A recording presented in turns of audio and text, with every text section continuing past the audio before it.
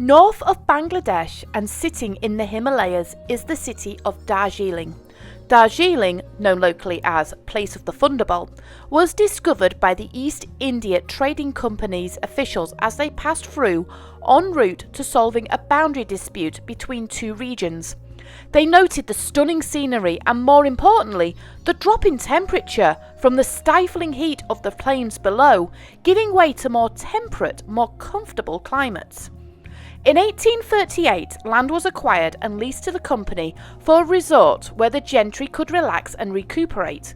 Land was cleared and buildings erected that would accommodate British tastes. After the East India Company lost its principal rights to the tea trade in China, it was decided that India would be a perfect replacement, and preparations to transform parts of India into tea plantations began. This included Darjeeling. Large tea gardens were planted in the hills surrounding the city, and paths in the area were turned into roads. By 1856, there were 56 tea gardens and 8,000 workers working in the hills. But the city of Darjeeling, while beautiful, resides over 2,000 metres above sea level, and with now a growing trade, using the roads was long and demanding. Pack ponies, bullock carts and palanquins would be commonly seen along the roads, taking people from the resort or taking tea from the gardens. In 1879, the North Bengal Railway reached the base town of Siliguri. The railway linked directly with the city of Calcutta, taking days off the road journey, but there was still the mountain to contend with. All that changed in 1878 when Franklin Prestige, who was an agent of the Eastern Bengal Railway, saw an opportunity. The roads were getting to a point where it was inadequate for the amount of traffic, and the cost of transporting the goods along the road was becoming expensive. Prestige knew that the best option was to provide a railway. Through his other railway dealings, he had seen firsthand just how economical a railway can be, and began collecting data to take to the government to convince them of the scheme. He went to the government, and thanks to his evidence, he got the plans approved. Knowing that the standard gauge was simply not going to work on the steep mountain climbs, the gauge for this new line would be 2 foot, and it was hoped that engines would be produced that were able to cope with the climb without the need for ropes and pulleys. The line took several years to build and was completed by 1881. It was laid along a track called the Hill Cart Road. The road was abandoned many years before, having it been deemed unsuitable, but the old road would be perfect for the railway. With the new railway came a new company to run it, called the Darjeeling Himalayan Railway Company. It was 52 miles long and cost over 31 million rupees. To help run the lines, 2 types of locomotives were specially designed at the Messrs Sharp Stewart Works at Glasgow. Their small size and weight would work well. They were also strong, and considering their size, were able to pull nearly 40 tons up the steep inclines. Their small size would also be able to contend with the sharp turns and bends. Speaking of turns and bends, this is essentially the secret of how this railway works. Climbing nearly 2,000 metres is no easy feat for an engine, and there is no rack or pinion or rope pulleys to rely on. Called a zigzag or switchback design, this railway works by the train switching direction of travel to help it continue. I'm going to use one of my old hobbies to help understand the principle of how this railway works. Skiing. I love skiing and try to go to the ski centre as often as I can.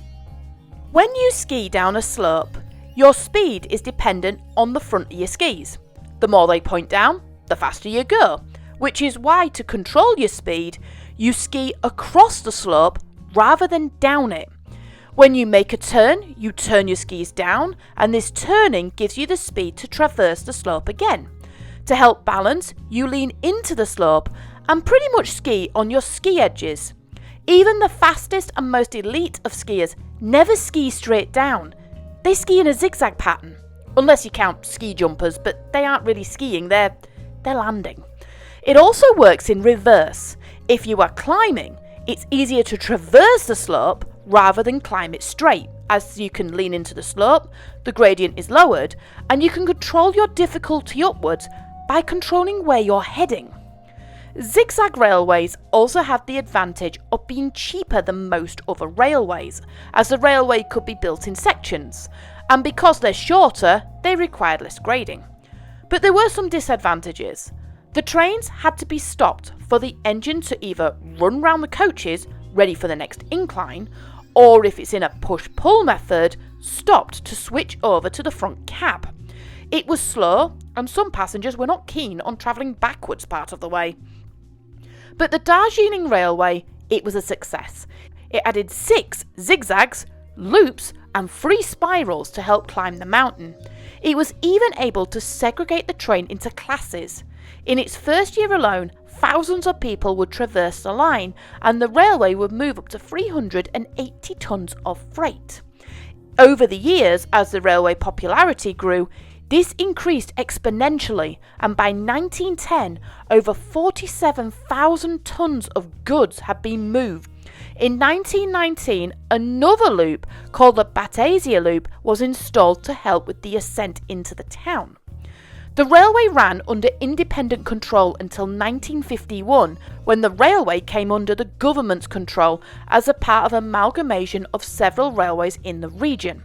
The railways would eventually form the North East Frontier Railway Zone.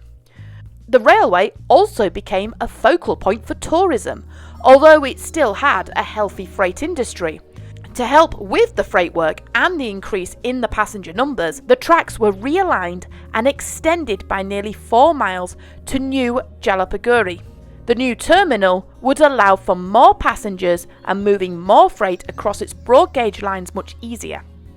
The line continued to create a tourist following, with hundreds of thousands of people keen to see the stunning countryside high in the mountains and experience the ride. It was one of the few railways that still uses steam commercially. It operates 12 locomotives of varying designs, as well as 6 diesel NDM6s. A lot of the original rolling stock and buildings have remained unchanged since the railway was built. In 1999, the railway was recognised as a UNESCO World Heritage Site and given protected status. There are only a few railways that are given that special status, and it gives the railway specific rights and protection, especially from developments surrounding the area, which could detract from just how special this railway is. Today, the railway is an important part of India's culture. It's not the cheapest of experiences, but every penny spent is used to preserve this unique railway and keep the engines running. It's still used as intended, as both a tourist hotspot and the most economical way to move freight down from the mountain. As one YouTuber put it, the ride is mind-blowing, and it's easy to see why many people say it's like travelling on top of the world.